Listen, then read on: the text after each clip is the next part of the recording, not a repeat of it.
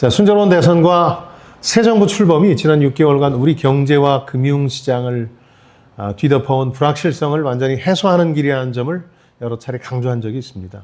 지금 우리 경제는 내수 부진에 이어서 수출마저 급격히 악화되고 있는 상황이죠. 수출마저 나빠지면서 경제 관련 주요 지표가 그야말로 마이너스를 향하고 있는 중입니다. 물론 수출 악화는 우리 경쟁력 문제라기보다는 미국 트럼프 행정부 출범 이후에 관세 부과로 인해서 역시 불확실성이 크게 증가한 탓입니다. 이 문제는 우리 새 정부가 출범하고 나서 미국과의 일괄 협상을 통해서 관세와 안보 분담금 등 이런 게 결정이 돼야 확실해질 수 있겠습니다.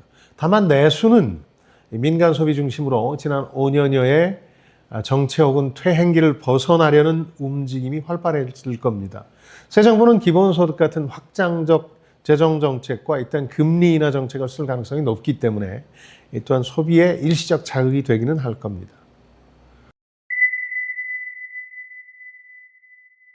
자, 요약하자면 새 정부가 순조롭게 출발한다고 실물 경제가 갑자기 살아나는 효과를 기대하기는 어렵다. 그러나 그간의 불확실성이 거치고 정책 효과 때문에 심리적으로 좀 나아질 거다 이런 얘기입니다. 금융시장에서 먼저 기대감이 형성되고 실물 경제에 반영되는 데는 6개월 이상이 걸릴 겁니다. 증시와 외환시장에서 새 정부 출범 효과가 즉각적으로 나타날 것으로 예상되는데요. 한번 전망해드린 대로 주식은 코스피 기준 3,000선대에 안착할 가능성이 높고 환율은 1,200원대를 향해 갈 겁니다.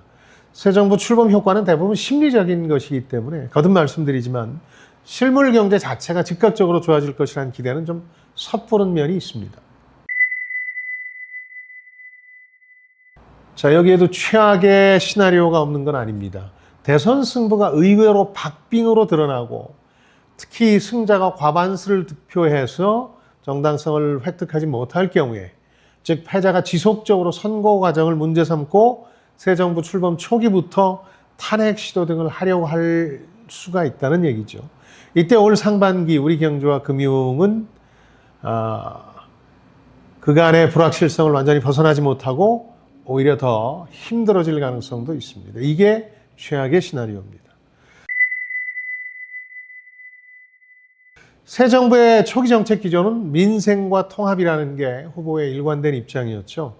그러나 비상계엄을 주도했던 윤석열 전 대통령도 한때 통합이라는 어젠다를 내세운 적이 있습니다. 얼마나 이런 공약이나 구호가 진정성 있을 것인지는 지켜봐야 한다는 얘기죠. 다만 현재 경제, 그중에서도 중산층과 서민의 체감 경기를 이루는 민생이 워낙 엄중한 상황이라는 점에 대해서는 광범위한 공감대가 형성돼 있기 때문에 이와 관련한 새 정부의 긴급한 조치들이 나올 수 있겠습니다. 기본소득류의 확장적 재정정책 외에도 적극적인 금리 인하 같은 것들이 그 예라고 하겠습니다.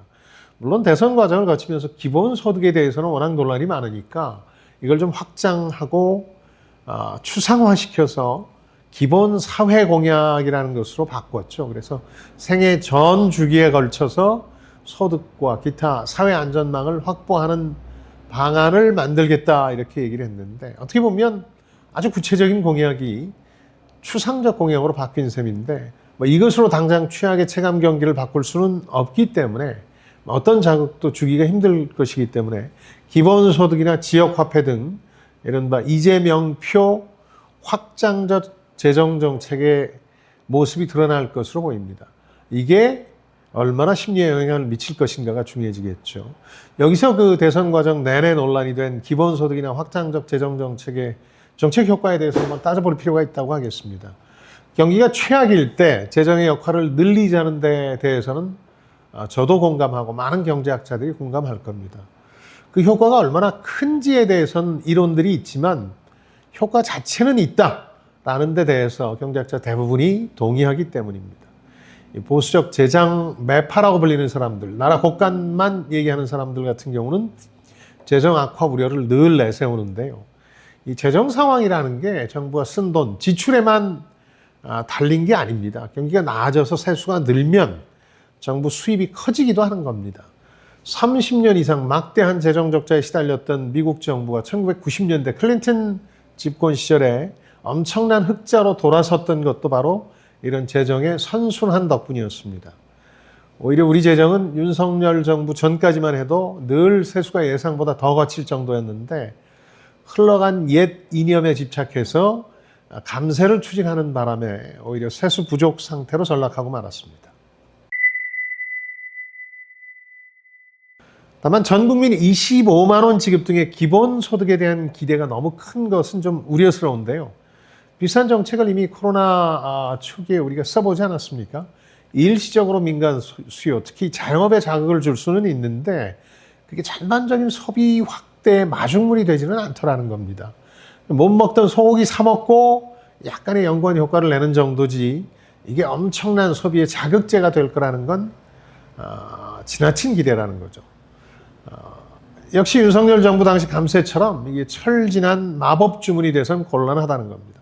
오히려 새 정부 출범 직후에 얼마나 국정을 안정적으로 운영하느냐, 특히 대선 과정의 공헌처럼 민생과 통합을 최우선 의제로 삼을 거냐에 따라서 실물 경제의 선행 지표라고 할 수 있는 경제 심리, 경제하려는 심리가 영향을 받게 될 겁니다. 자, 지금까지 김방희였습니다. 저는 여러분들의 성공을 응원합니다. 고맙습니다.